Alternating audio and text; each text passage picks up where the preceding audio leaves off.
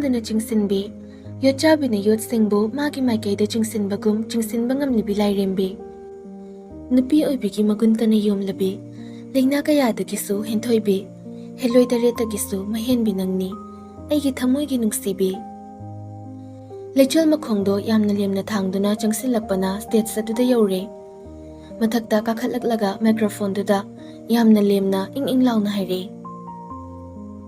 khara thengkibagidamukta mayamna saubigano haina sengdokjari koithoklaga leigadabagi saruk poina dum lakjarage aikhoigi sar thobana haibikhiba wafamdusu chumi haina lojai mani aikhoina fana organic farming ne haidunasu khutsemgi oiba chemical sizinadi haibadi natte but aikhoina sizinabagi changa makhoina sizinabagi changa anise yamna thina khetnakre makha tapna tare mayamnasu hena khangbiramgani khalli madudi YOA farming asida mingonda harm ohenba yaba makhal amadagi chemical sizinade haiba masigi example su aikhoigi farming gi pochai ka hena faba chawbo ide aduga HSFP gi oinadi kari sizinabuna khangjadre adugi matik potse matam chadana panba kaya mi singdagi thoidak hendokna chawba kaya thengnajai mathang hairakpana photo ama ulaklaga thoini hena takchatrasu mayamna khangbiramlani masi hairaka matang sida tinsinjari akon magi moti sarwi mayamgi ibirasi nganba mityang ado lechal mahaktagi hendokpa ngamdre lechal tapna nganba khakta na bamongda haire mityang famda ngahaktang stage tabisiba nganba sunok mi stage room da mamitu thamkre mayamdo yamna khanari nganba tapna nangbu thabak do ni haidaina nangidamukta khallaga yamna nungaitaba adugi tha amamukti tawramlagi khanba nungaitradi tawnina tawrudi putsi chupaki tawbirodana lechul machindo khajik chinglap noklaga monghada lisilaklaga haire adudine nangi oigedoriba nathududa hairu langlen haibra amalaidaine nganbusu tapna monghada aigi tu sanadi nangni atainati stage sida kakhatlaga ngamthoknasira natraga swaida dum yingnasira ngamthoknaradi aina dum ngamnida adudi hayangwai aikhoi kada lechul sauna ahingnagi toklora natraga thama se leikhor haibase nangi attitude tugi makhapole mamba nganba tumina leikhre foreigner aduna please attention aikhoina munna khallaba matung achauba senpham ase YOF company da pijaragani aduga pothoksu company sidagi lejaragani thank you all wahi ado tabada ngan baharau buna loire lechul di masamgado fat hairaga mamba ai chatle ai gi tholoirabani na chacharage ngan ba khamboi kai haire ngai khone asuk harau ba pawma nangna ta halaga prop ka chatke toido kaigino aikhoida saka sakise lechul nok fetoraga noi nei sa chak chagana themisa kaigino ba aise thibong yamna lawi siraba adumaina ka khalammadine namaiduda chakloi laisingadabani wahi watadi lukhidraba nupa nupi ngaktani nupa na khrabu phare lechul mahakti yamna sathirabani lechul ase hairaga thokre nganbusu somda signature tawba khotba wari sananabagi damakta lehore lechul magi gari do thodorakle aduga lakle thaubasu lechul butanare lechul ga gari mamangda fat khamjillaga kumthare lechul so tapna kumthare thaubana miss lechul nangna tawriba thabak ado yamna lanba thabak na habase nang khangdabra adubu nang boina thagali moina piba senphamdo kayano saruk ani thokna pigi nang aikhoigi thabak do ai khangi aina tawriba thabak se yamna lanba thabak ne haba noigi damaktadi adubu aise silna leri na haba wakhalda adumadi nang sulangani nangna makhoi bu yekliba chang adudagi aina makhoi bu yekliba sina saruk cham hile habase nang khangjilo thauba yamna ngakna makhoi gi damakta na thwai khubak ta haptun hotnariba nangna makhoi gi yekna baneba karam thajaw haibano nangna thajaba thajadaba ai khangde aduga nakhoina moida sokpasu yaroi maramdi makhoi de supnagi aina sukhangadaba aduga nakhoina sukhanna bhodharaba aibudi phatte haino hairam laga lechul gari room da chatkre aduga thongdo hangi hotnaringai thauba khara changsilak haire. Nupi macha, nangse, nupi ni haba nang kauba maline. Yamna henjila adine, nang apa boiroi. Hairam laga thauba so maki gari do thaudun amuk chatkre. Leichil yam sauna. Ingon naga singnaradana. Nakoy kari pipam da thambanga mi habada. Noy namito, titna yengo. Gari do thauduna lakpana mani hoina leiriba yum maduda thausilai. Aduga kumtharakduna. Babong. Mani machanupiki khonjal tabada yamna harauna chinthoraklaga. Aima, thoibi kakhalo. Kari leiragine nangbo sidaga laisiba. Babong, ai kinamta sinagina lakpani. Yambung yaigade. Leikibani, nakhoigi yambung handi. Leichil manungda changlaklaga. Yambung! Nongban kumtharaklaga. Thoibi, kai leira. Ita thazadana laiside. Leichil sangsilaklaga sofa da famthai. Aduga photo ama puthoklaga. Sige nupani se. Yamna tamthiba warning ama piyo. Thawai makti laudabi. Aina nakhoida sinari se. Kay maram gino khangaba natra. Nongban photo da lauraga yengna haire. Hoi. Yambung na tamthiba warning piba da handrabadi. Makoy gilaybak thibani. Babong, adudi ay amuk jatlukige. Yamna kuina mafam sida layba yaroy. Hairam laga Leichil mapanda thoklakle. Aduga magi gari da kakhatkhraga mapada chatlage hairam laga thoklakle. Nganthoi thabaksu chatrabanina mayumda dumak leiri. Tanubu lairik takle nungthalduda. Tanuna. Chacho, ay wari habani. School se halakpagani nang lairik amukta holise. Ay bu siro habagi mawongni noigise. Nganthoi manaw da sauna.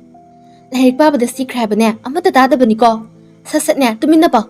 Nachibi mamadula adi amukuchasat ka hairani. Hainari Leichil sabtragaluna na changlai. Beg to famung da laktana lang sili. Nganthoi tingak. Kari taure mo. Karamba miga muk chiknarage. Leichil nganthoi da haida masa mathanta murum soli. Napawari kainaga migo sitaba. Aise kanano khangra mali. Nang nupini khango kaina. Nupi ekwesu khut pandaba kukase amta yaudrabai takni ne.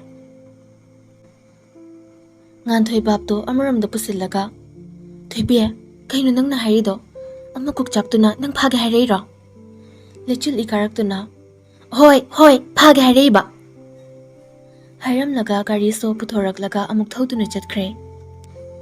Nganthoi di nganbabu asum hainada behilai. Pukning da susonjay. Yam thuna inause haida bikidradi yaroy.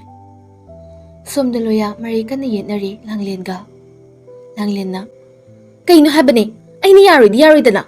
Napana chana pangtawta tawraga yagadra. Nayumdude ibu na hanso kashilita na tanthorpa natro. Yaroy hendati sungya yaroy. Loyana. Ako'y nafatta na tawbo sunati. Masana lakchababu ako'y nakusinbo igadro. Khangaba ngaktani. Loyna khangaba. Nako'y kisopse ay nakidawgi yengo.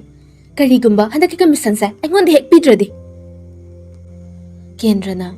Hay, bema. Kariwangang sangang no. Nang nakidawdorige. Nupi macha thutlaw ba nang naha? Kariya ba? Ayimbu nupi macha thutlaw ba? Adudi isi khangbra? Hairaga maketo fatkhetlaga manakta leiriba khwaidagi tangba fi aduda maidu churakke haina tawrakpaga makhut amana langlengi makhuto tafakhre. Langlen sauna. Oi, thado. Nang kanano? Nang kari orige? Aigi khutse phabage.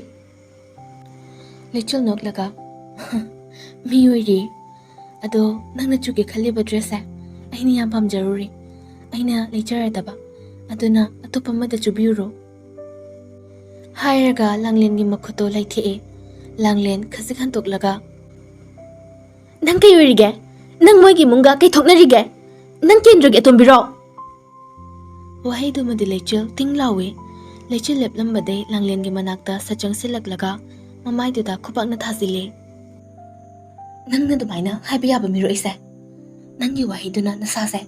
Kanano haiba mayik sing na takli haiba khangdabasay. Nang se laway macha. Third class duna haiba. Imang masigi mina hairadi. Yung sida pakhangkana legi haisa. Nasana gyanto. Uncivilized. Langlen mamay duna laga makuto singlai. Nangna pangsingda singna bayaba nupido ai dina te khangaba ahina nangi na thakta kaidaro pangam habado nang yengu asigi lawai macha asigi nupi ure kaina kakcharido ahina asengba yumdogi nupa nganbagi nupi oidoriba gyan taw hairam naga thokre handak marak lechil yamna kappa mibu yamna usitaba ma kanna tawrakli chatkhra langlendo tanaba mongda haire chap hek manase yam chane loya di somda mamonok chare lechil na magi nupi oidori kaina koithok laga hairakpaduda magi thamoido ningai sum kan khalakli lechil ke manakta tamna changsilaga kaigina nangna akogi fisa khalliduna asingbai lege hairo khaidino paisa kamta lechade ai noigi fisa kanna bana pangai dai chun bane loya ngasai gi lechil na haiba wahaido ningsingi aduga nok ninglai ai thinok bigilao nangbu kido bachangai no ba yumda leifam khangdena karisa pangthau to thobi sanaram-bane loya tapna koida solushiro ngamdre yamna waraba satni ko ai hallage hoi phajana chalo bye lechil nokselam naga magi gari do thoraga lagle mana lakpada makhoi gi imungi mi pumba mangol da loina famduna leiramle lechil tapna changsilak laga ngakna kidore cha sida pula phamade mayam do kaimta khumlakte masak singduda asawba mamamgi mami loina tari tanu khaktane machede yenglaga mamitu takup kuptuna leiba lechil tapna changsilaga tanugi manakta changsili aduga masu phamlaklaga kaidorino ton tanu machede yenglaklaga yamna tapna nangi maramdane lechil khangpre khangi magi maramdani kaina hairakpaduda lechil pakhatna kaigi maramna hai baloi jungai maba thoibado fukhawgatlaga aina hairisini yumse aigi yumsigi phaba phattaba haibase aina singani khangaba ngan thoina mapada adubo pabungna hairiba mida yamna phattaba mine habane aduga pabungna ngasi thengnare hairiba mida aranbo oigani pabungna sajinba pabungi mitta pangude ubo soidana oigani thoiba machanupi ahanda onsilaklaga nangse kaino masum tawsilaklene napa namada phawba nachinse khumba sungam silaise kamai tawbano achumba nataba aranbaduda pabungna chumina lawrabani nane aina lale haidu takchabani sibu chin khumba kaubra hai aina ne haikre hiyai hairibu nupado ai sungpam pamdi mangonda dine icha sungtha thazaroi ko lechil wahaidu tabada fukhawgatle ngasai yuktagi maitane libani lechil sound haire kaino noina tobiri siba aina lening manupada leini aina nungsining manupada adum nungsini sida noina na thawsak yamna sabiri sa kaino aise angang nati noina leyak poto chaw hairaga aina pangchada chaba noina thonme phirol pangset set pagi matam do natre isagi punsi khongluidina isana khandana noida khanbiyo haidi ai aina leminagadabani noina leminagadaba nati thoiba macha yai don silaklaga aina haiba wadi landabani ko hairam laga yamna sauna thongal da thokre ngan thoina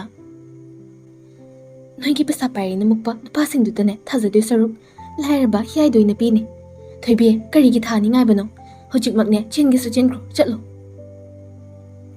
lechilna karino noina haido ai kemda taningde ai dine magi da makte lepkhre ma noina khalibu nupado aina nungsigada ba manbro noina yam khanba pamlaga lawhalodana oksando tholodana ming nungsi oksan hairam laga sauna imunglomda changkhre memcha kaplaga nangbu yopi bagi mahine mahai he nang sune namada phawba nachin khamba ngamledana ai leijaningje ai ta chachakhrage hairam laga masu changkhre nganthoi changlaklaga uraba nangbu moina nganba natraga loyada thasana bhotnari base lechil machede yinglaklaga ai bu yolo law hayo ai bu yol hallo ai su hiyai bu nungsiye ai hiyai da suidan leigani moini yadridana ai chenkhini tanusu thungchinda leplaga lei changsinba sungamda somdana nganba miyumda halaklaga yamna harauna lechil da gol torei lechil gi phone do nganthoi gi manakta leibaduda nganthoi yenglui mamba haina save torambadu ubada nganthoi kakthatle aduga number do block tawshile Nganba sonda call do sungcha chattabaduda asuk nunghayrakansidda masi nupisina phone paidrisina kaigino. Nganba fana khantoklaga iruba changkhre. Nganthoina sibune amuk khanglaktana mawa laude asigi nupase ina sungya yade. Loya mamada kanna haire. Ima amtadi hodokpa chatluko handak tha amani sida afaba numit ama khalaga thammo. Pujana nangbu nasana tawjaba ngamdraba ba. Ngamdabi natro aini imada harise ado amuk yaraktrade hekta yade yabro suidane yarakani imanane yahangani ima leiri kedorage. Loya nukfe tawi milina nakande nganbana maina lakchakhini che yam taningde man hekta lakpa yaba nate. Numindangi matam usilakle mache nganthoiga mamaga chak thongli tanu machena tumlibadu yenglaga chese kaino khangdeba adu phaba nupaduda mana pamjisibo aidi khangde yamna supai. Machegi phone do tapna lauraga WhatsApp ta changi aduga status makhan makhan yengli. Loya gi siyawre magi photo ni tanu mathanda soli aya khupasa se yengu habani sidabu akhoi chisna tallineba masakse sum yenglaga nungsiba ma pukleme. Lechul tapna haire nungsiba du pukladine chen khrojo khara toirasu wakhal se ingniba. Tanu khanglaga hingchabi khangnyemi kaino tumsinaba saraga leisiba. Bema ainga saidagi tumdeko tumkhrena chakcharamdaida hodokpirakadabusu leite. Thibong law haisini aima che phone lae dhaloya pairaga orisano kaino tallicho hairaga phone tulang sili lechul su tapna paikhatlaga kai leire. Loyana angjito akoi cho sangkhara pungadaba party oina pungadabani meetinga tawgadaba nate ado party do yaru sai gadawbanida. Is noige cho sang maraktuda lairabi yaw haira sangdre. Thoibe nangsidi migi mi chapmane ama hinjabuduna nangonda soidan hairakaniba aduna in advance ta hayorabani chata yariko. Lechul wakhalmunna khalli angchit haiba hoi yari chatlase. Loya harauna good night. Phone thamkhre tanuna kahari no chat angchito party ama chase party che aisu yawninge angang na thazilakani angang lakpa yaba mafam nate se chalo chak thiba lori kodong kodang tawri se chaur aisu lage. Tanu kumtharaga changkhre lechul phone da pairaga masamana ama uru le wakhal khanbagi maongni. Loya da call amuk photo sile daloya kaidano tawdoise hotel dani lamhangda tawba yaroidra phizangumba khallaga nangnabu pamadi hekta tawra lori daloya noinaro host oidoise hoi hinchab hoiga lambakta phizangwina khallo haikrage hoi daloya. Phone to kakthatlaga yamna harauna mamonoglaga kanadanu phone tawkhre aduga masu chakhumda chakchaba changlekle kanamta khawnada magi thokpani pangchada chanaribado. Lechul maduki tanja lauduna thabak tawdunaba praprap charaga hogatlaga changkhre. Numit masu asumna chatningdana chatlibra natraga yangna thangduna chatlibra adum hokre. Lechul dress losilaga mangolda sampulle hoje nganthoigi mahut mana pura silabani nganthoi thoklaklaga bindilon biura naw lalo nganthoi na manaw bo bindilon bire bindilon bagi tanja lauraga haire. Thoibe nang chiksiloko hingjabadu dage. Lechul nokning lae makhol thokna noaga hingjabai yam thikna phajaba mingakta khara leiraga rabona mukaurase hairam laga kumthakre aduga magi kardo thoraga chatkhre. Nganthoi su yengduna lehori nakandagi thanilna chich oi nganthoi suklab yenglae kaino oren goruse sangdre ai thabak yam chille please akinum haigeba yenge. Somda gari do thoduna lakpana from the yosilagle hanana nganba ngaiduna leirame. Lechul gi gari ubada masado khara lenge magi do changlakadabagi mawongne. Lechul gari do khamlaga kumtharagle nganba changsilaklaga Ngarangdagi aina phone lisinglaktorise pairakpaga nateba. Phone do yam lakpanina paktaba paktabisinggi typeta mamandi yaudana diman saba khaido maluraba. Ngan bawa ngangda makuting thorai lechilna. Karino na khutse kaido haibano. Phone piro. Migi phone se hekta pithokpa yabra. Hairam laga manungda gam changlai. Ngan basu matungda inarai. Lechil nok fe tawraga. Lerang singda iliba khoimudu da cherai. Hey, khoimusa. Mi angangda iranga hobiru nuko. Mi mapung maray padri. Nakoina khoi jingthokpiraga lekhoptagi kelhangi khannuko. Natik na pachaba amada yengluso. Ngan banuk mi. Iham tin kangi mamaro. Phone piro haibane. Lechil faini yenglaga. Migi phone se nangki doge haino. Tabak dogdeba. Kaino nangi chuchadaba photo mayam ama kapsilamge haira. Masi nupi se amta piro minangba. Angang machagi matogum mamada giri taktuna achapo chanaba tara kunni bagi mawongum lechil da niri. Lechil so khang bangam laktre. Se oige ko oikro tumham chaphamga amata khangdeba. Ngan manuk mi lauraga. Lokti. Piro se. Hairaga lokto hanglaga pi. Ngan ba magi mathauda tawdangai gallery ta changbane. Adubu lok lerami. Upai laita magi yengfam thopa yengli kolda changlaga. Ai, luya gaga wari sanarami. Nigi koldi yaramdina. Koiti thiraba matung lechilda saurab hairai. Nang naigi number di block thamaga yam laani ba.